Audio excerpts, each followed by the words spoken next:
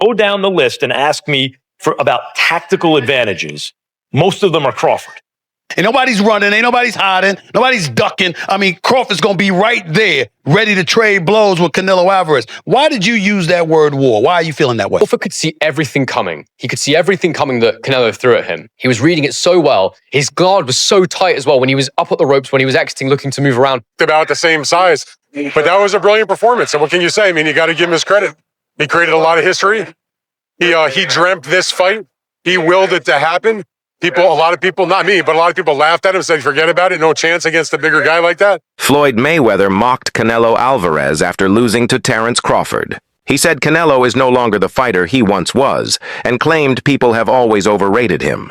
Mayweather explained he trusted Crawford from the beginning and proved it by placing a huge bet on him. His gamble worked perfectly, and he collected a big payout.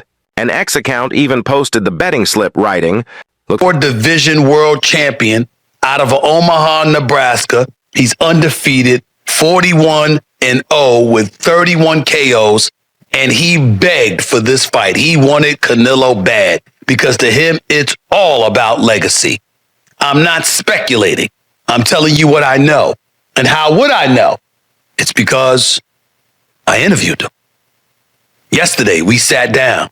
Here is my conversation with the one and only Terence Crawford challenging Saul Canelo Alvarez, moving up 2 weight divisions to do it." Ryan Garcia gave his reaction after Terence Crawford's dominant victory and praised him strongly. He tweeted, "I honestly believe Crawford might be the greatest fighter ever." Garcia explained that what Crawford showed in the ring proves his rare skills and mentality. For Ryan, this win pushes Crawford into a legendary level, admitting greatness like this is rarely seen in boxing.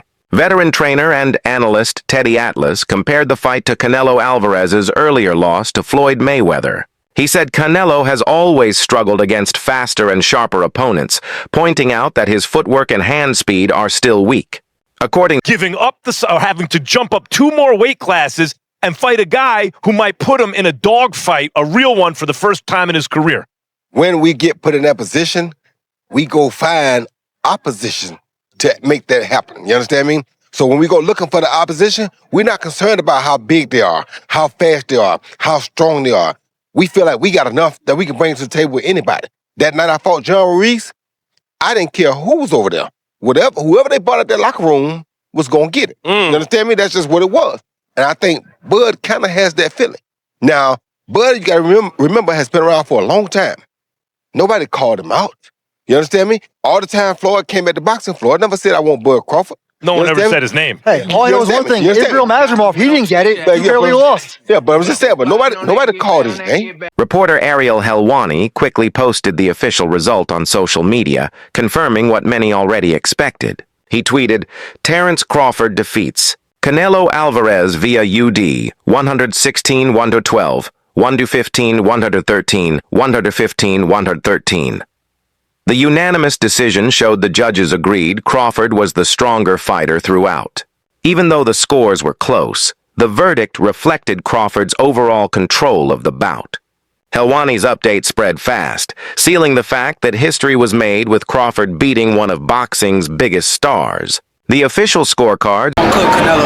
Said he was going to outbox him. He did exactly what I called years ago, and tonight he proved that he's the greatest boxer that ever lived. In the interview that didn't work, you said, you felt like going on a run watching that tonight. How much inspiration can you take from someone like Terence? I take everything from him. I've been around him since I was a kid, and just watching that greatness.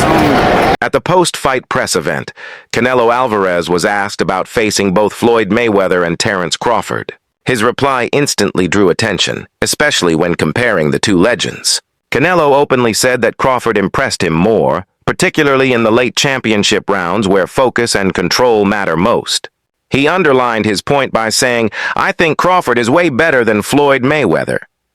This bold statement not only gave Crawford high praise, but also sparked heated debate among fans about how both fighters rank in boxing history. 31-0, Molly, with 31 knockouts. He's taken on all comers. I asked him, you're moving up in weight. Why would you not try to get Canelo to come down from 168 to 160 to meet you halfway, since his last fight was at Crawford's last fight was at 154. Crawford said, I want what he has. I want to go take it. I don't want to make, I don't want to make concessions and alterations. I'm coming to take what he has. And you look at him and no one believes that he can't pull it off. He can box. He can punch. He's smart. He's elite. And he wants Canelo. He begged Canelo for this fight. After the defeat, questions about Canelo Alvarez's future started to rise. His words and body language suggested he might think about retirement, especially since Crawford's win shifted boxing's spotlight. The fight was described as Crawford teaching Canelo a lesson, using ring IQ and adjustments to take command and win the belt. This victory is already being labeled historic, with Crawford now being mentioned among the greatest fighters of this era. For Canelo, such a loss brings doubt over whether his time at the top is ending. But for Crawford, it confirms his place as the face of today's boxing world. Crawford did it again a few hours ago against Canelo. And what makes it even special or more special for Crawford is that he did it jumping up, as we know, a couple of weight classes. He did it against one of an all-time or another fellow all-time great. And he did it against someone who was undisputed and still a pound-for-pound top 10 guy. That's what Crawford did, people. So, all those things people were saying in the lead up to this fight, Canelo's going to be too strong, Canelo's too experienced, Crawford's going to be 38, all that. You have to remember all of that when you give Crawford his flowers. Don't like, oh, well, Canelo looks old. No. I don't want to hear any of that. I've started to see a few people on Twitter start to kind of sort of find excuses already. No. Remember everything you said, because Crawford deserves all of that. All of that. Crawford was incredible. Honestly, in the pocket, he was at times showing Canelo, no, I'm stronger than you. I'm going to bully you. Oh, you think you're going to get me in the clinch because you're Mr. 168? No, look at the size of me.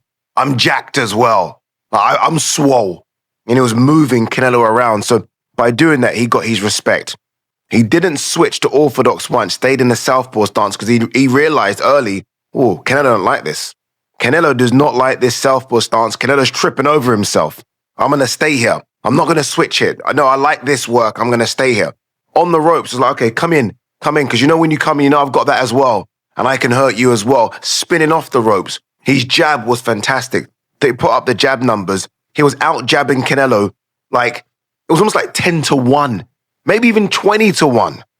It was fantastic. And when he needed to land those power shots, he was landing those power shots. It was an incredible performance. Boxing great Andre Ward quickly put Crawford's showing into context. He called it a historic achievement, describing it as a generational fight that fans will remember for years. Ward explained that matches like these define legacies and separate good fighters from true legends. Crawford's ability to dominate Canelo while staying calm and sharp round after round impressed Ward, who always valued discipline and ring IQ. By framing the win as a GOAT moment, Ward placed Crawford into the debate of the greatest fighters ever, showing just how massive this victory was for boxing history. More tight, more fundamentally sound.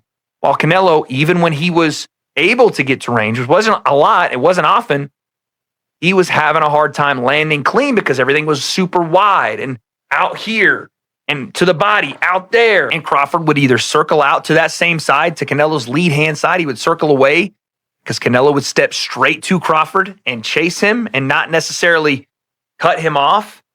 And even when he threw that hook, I was looking for the hook from Canelo right hand as he stepped through, right? Corral with the lead hand, bang the right hand because you're fighting a southpaw.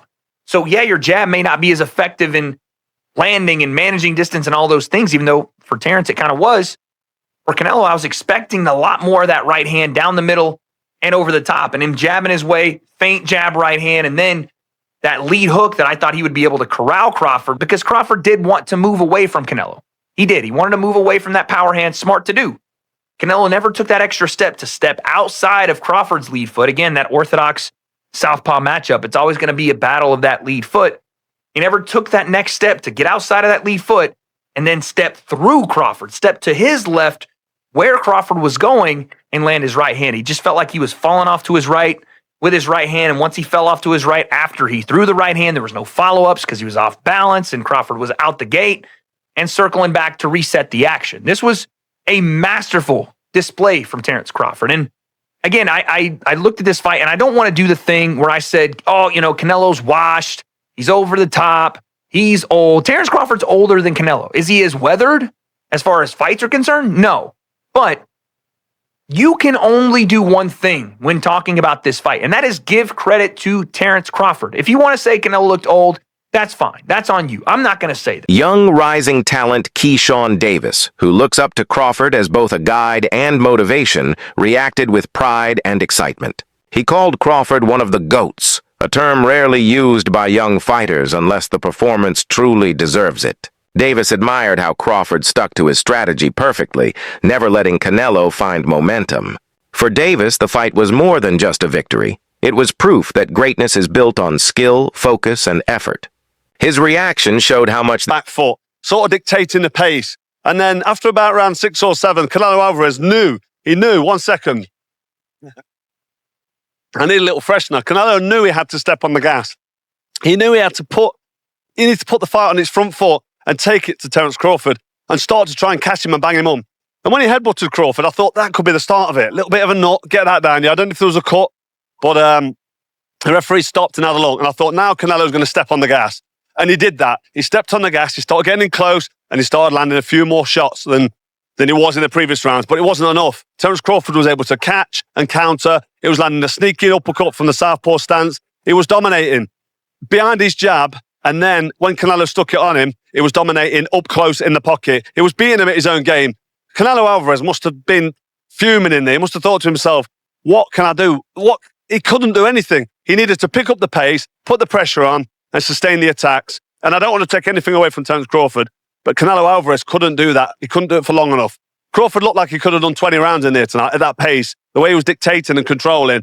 And Canelo Alvarez was getting marked up. He was breathing heavy. He was getting tired. He was reaching with shots. And it was getting torn apart. It was an absolute masterclass by Terence Crawford. Canelo tried. Canelo came and he had a go. But to be honest, I don't want to rain on the parade of Crawford.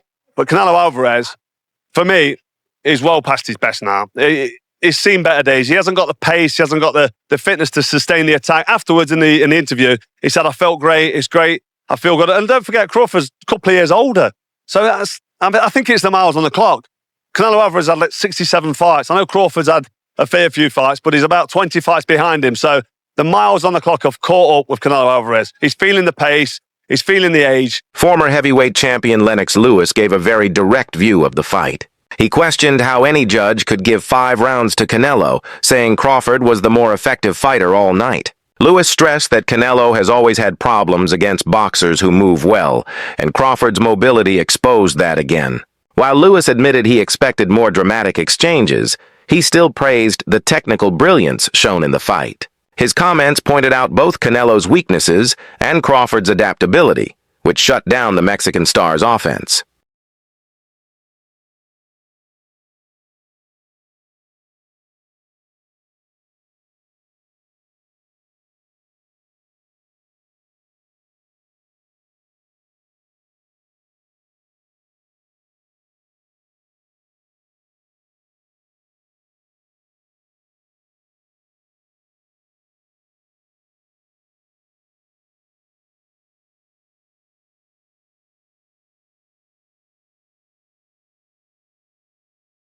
Constantly throwing the lead left hook to try and cut this off. And when he did get his foot to the outside, that was an option. But over time, Crawford, as he always does, as the genius boxer that he is and is able to do, starts to find those counter punches. And there was 2 counters in particular that I noted during the fight that I felt were absolutely key for Crawford. The first was the counter off that left hook to the body. Now, Canelo did land these sometimes. That left hook he throws, the lead left hook, is quite unpredictable. But he started to land it quite effectively to the body from time to time. But what Crawford was doing was he was catching it with his elbow, and then he'd throw the straight left hand back at Canelo as a counter shot. He'd throw multiple shots. And what I really loved about his counter work was he'd never throw more than singles or 2s or 3s. He never got carried away. He never did too much with Canelo. Don't get me wrong though, Canelo was still defensively very astute in this fight, but he simply didn't have the foot speed to get to Crawford. He couldn't do it. And he didn't want to use his own jab because I believe Crawford's lead hand is so effective that southpaw stance really meant he could dominate the fight with his own lead hand. Canelo's not a massive jabber himself, but now that he was fighting someone closer to his size, I thought he might try and implement a jab, but he didn't because Crawford's counters were just too fast and too good. There was a couple of moments in this fight, and I said in my prediction I thought that you'd see Crawford in moments looking absolutely electric and just outclassing Canelo, looking too fast and lighting him up, and we saw that. I'll never forget the beginning of round 9 where he actually stood in the pocket with Canelo and he just rolled with the shots and he was throwing counters. It was absolutely brilliant. But the second counter that he used that was really effective was he'd allow Canelo to throw that single right hand, that straight right hand, that backhand for Canelo, make him miss and come back with his own straight left hand over the top. I also thought that Crawford stabbing to the body was very good. He'd throw straight shots to the body, and that was something I predicted from the Lara fight that he would be able to do. That was also where I got the idea with the exits that I felt would be useful. And the reason we knew they'd be useful and important was because of Saunders just not really dealing with them too well. Roy Jones Jr., one of the most skilled fighters ever, was amazed by what he saw. He praised Crawford's win as a beautiful display that mixed skill, patience, and strategy. Jones highlighted that Canelo has always had trouble with opponents who rely on speed and movement. Crawford once again revealed that weakness. For Jones, this was more than a simple win. It was a breakdown of Canelo's usual style, leaving him without solutions. His remarks added weight to the view that Crawford's performance was not only dominant, but also technically perfect, proving without doubt who the superior fighter was that night. Few rounds where he really started to back the supposed bigger guy up, although for me, they looked about the same size. But that was a brilliant performance. And what can you say? I mean, you got to give him his credit. He created a lot of history. He dreamt this fight. He willed it to happen. A lot of people, not me, but a lot of people laughed at him, said, forget about it. No chance against a bigger guy like that. But he showed his greatness. He spoke about looking to back up Canelo in the fight, as you mentioned there, before it took place. How much of a surprise was it, though, just to see how comfortable he felt doing so? I think it took him a little while to figure out that, you know what, he doesn't hit as hard as some people were saying, and that I can get in and out, and I'm going to be able to stalk him and walk him down a little bit. And he had Canelo extremely frustrated. And so I guess I was a little surprised he was able to do it, especially in those last couple of rounds. But he definitely was the guy that was going forward and back in. I mean, I've been watching Canelo for his entire career as a known fighter. This is my 24th Canelo Alvarez fight in person. I can't say that against anybody, including big punchers like Triple G and Kovalev and people like that saw him get forced back. That's not normal for a fight with Canelo Alvarez. Dan, given your time covering Canelo Alvarez and those defeats that he's had in his career, but Bivol tonight, amongst other kind of contentious decisions, how much is this one going to hurt? Because there's always been those question marks for the last few years. Is he on the decline? Now there's going to be more question marks. Is this the end of the road for Canelo, certainly at the elite level? I mean, listen, and this is not a disrespect to Canelo, because everybody who has ever read me, followed me, listened to me knows I love Canelo. I think he's one of the greats of all time. I think you can make a really good argument. Hall of Famer Andre Ward offered a thoughtful look at the matchup. He reminded fans that Canelo Alvarez built his name by beating naturally bigger men, showing he can adapt to any division.